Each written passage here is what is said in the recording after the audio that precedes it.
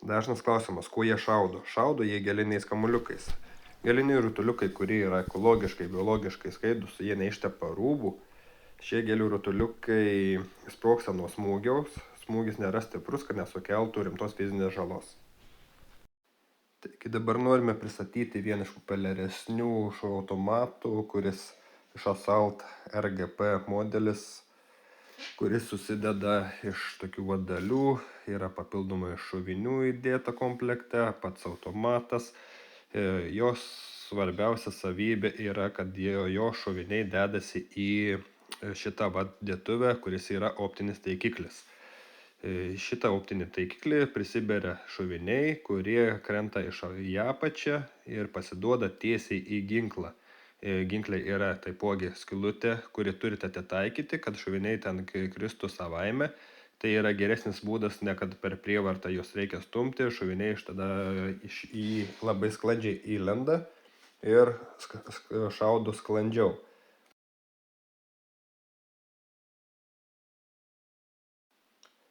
Taipogi yra komplekte pridėta ir iškart paruoštų naudojimo šovinių.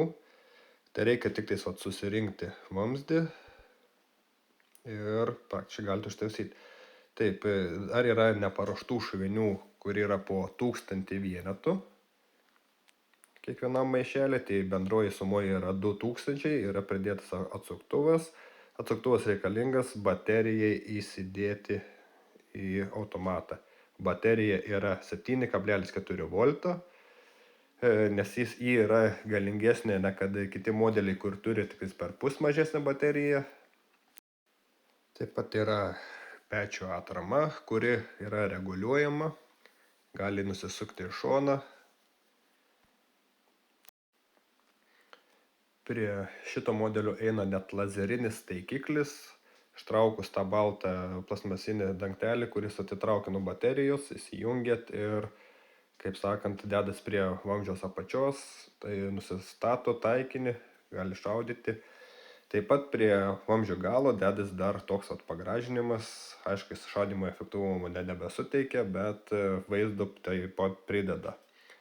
Taip pat yra prie jo pridėtas ir veidrodėlis, kad galėtumėte matyti iš už nugaros ateinančius, kaip sakant, priešus žaidime.